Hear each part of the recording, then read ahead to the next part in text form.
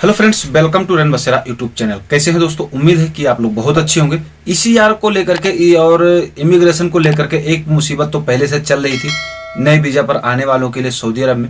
वहीं पर अब दूसरी मुसीबत इसी महीने से और आ जाएगी। ये कौन सा नियम है लागू होगा? इसमें आपका सीधी शब्दों में बात करें तो तकरीबन 2000, 5000, 10,000 कहीं कुछ भी लग सकता है। खर्चा आपका बढ़ जाएगा। मुश्किल तो कुछ खास नहीं होनी है, लेकिन ठीक ही होगा।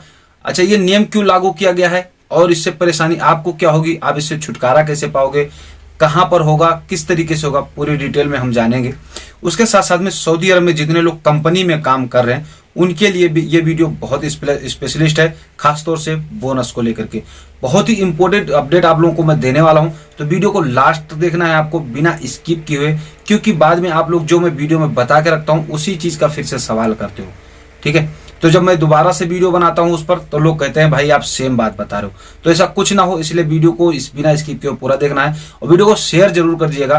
वीडियो अगर अच्छा लगे तो लाइक करके भाई का सपोर्ट कीजिएगा और चैनल को सब्सक्राइब नहीं किया चैनल को सब्सक्राइब करके बेल वाली आइकन पर क्लिक करके ऑल पर सेट कर लीजिएगा, क्योंकि हर आने वाली वीडियो का नोटिफिकेशन आपके पास में सबसे पहले पहुंच सके। तो चलिए वीडियो को करते हैं शुरू।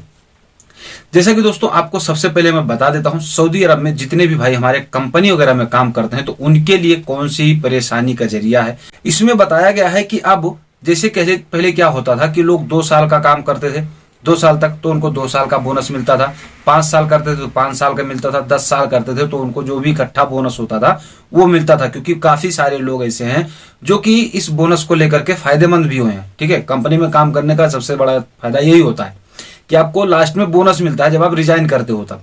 ठीक है, लेकिन अब यहां पर एक नए कानून के तहत में जो बनाया गया है, अब यहां पर फोटो देखिएगा, इसमें बताया गया है पहला 4 कानून बनाए गए हैं। चारों में पहला आप सुन लीजिएगा ध्यान से। पहला जो यहां पर बताया गया है वो बताया गया है कि अगर 2 साल तक आप किसी भी कंपनी में काम करते हो कोई भी आपको बोनस नहीं दिया जाएगा। वहीं पर दूसरा है, अगर 2 साल से लेकर के 5 साल के बीच में काम करते हो तो आपको 3 यानी कि 1/3 जो है वो आपको वहां पर बोनस मिलेगा। ठीक है, उसके बाद 5 साल से 10 साल तक का काम अगर करते हो तो आपको सेकेंड यानी आधा मिलेगा। और अगर आप पूरा 10 साल काम करते हो उसके बाद में अगर आप वहां पर रिजाइन करते हो तो आपको जितना भी आपका बोनस होगा पूरा डिटेल में दिया जाएगा। तो पहले का नियम अब ये चेंज हो चुका है। इस बोनस को लेकर के ये अपडेट बहुत इंपॉर्टेंट है, वीडियो को शेयर कर दीजिएगा।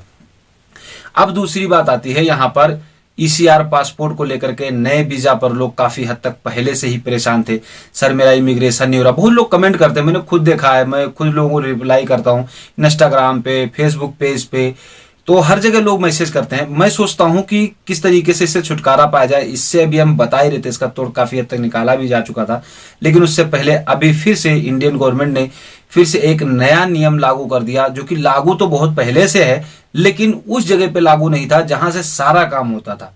ठीक है, हम बात कर रहे हैं मुंबई की। मुंबई में काफी सारे ऐसे कानून थे जो नए वीजा पर आने वालों के लिए नहीं लागू था। ये दिल्ली में था और हर जगह पे था, लेकिन मुंबई में नहीं था। आखिर कानून क्या है? PCC, police clearance certificate. अब ये क्या होता है पहले तो इसे जान लेते हैं। पुलिस क्लियरेंस सर्टिफिकेट जो होता है ये आपको करवाना ही पड़ेगा नए वीजा पर आने वालों के लिए।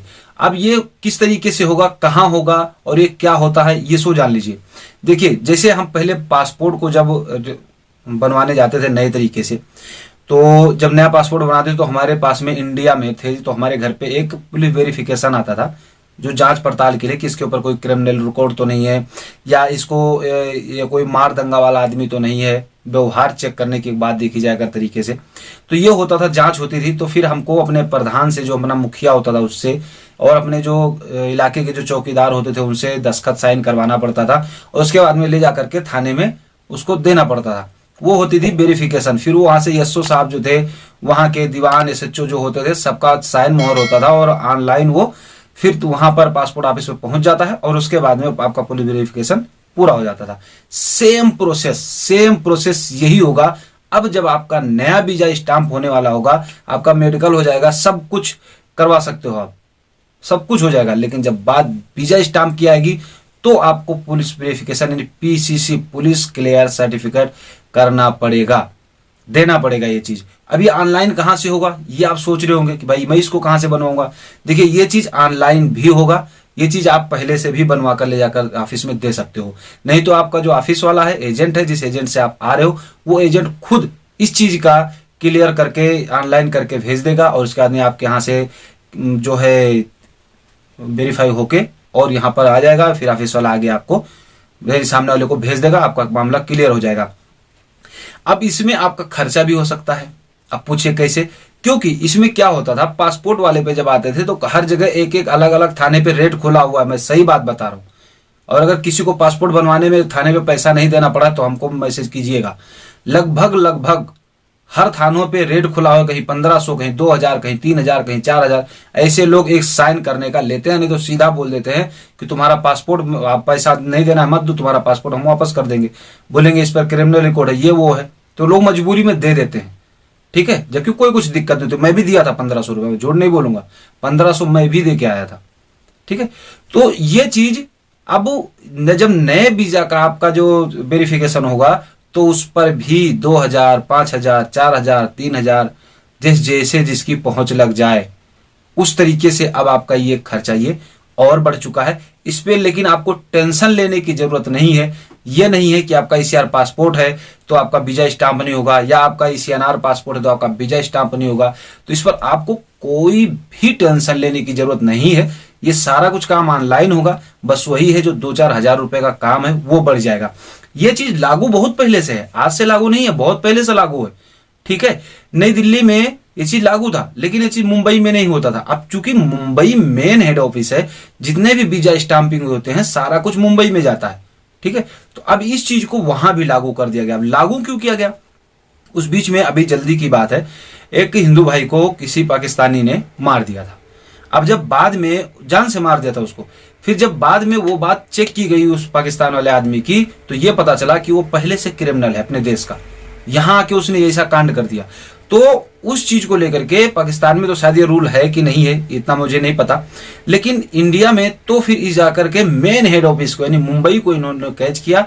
और अब जितने भी लोग अपने देश से आएंगे सबका क्रिमिनल रिकॉर्ड साफ होना चाहिए, उसके बाद ही सऊदी अरब में आप इंटर कर सकते हो।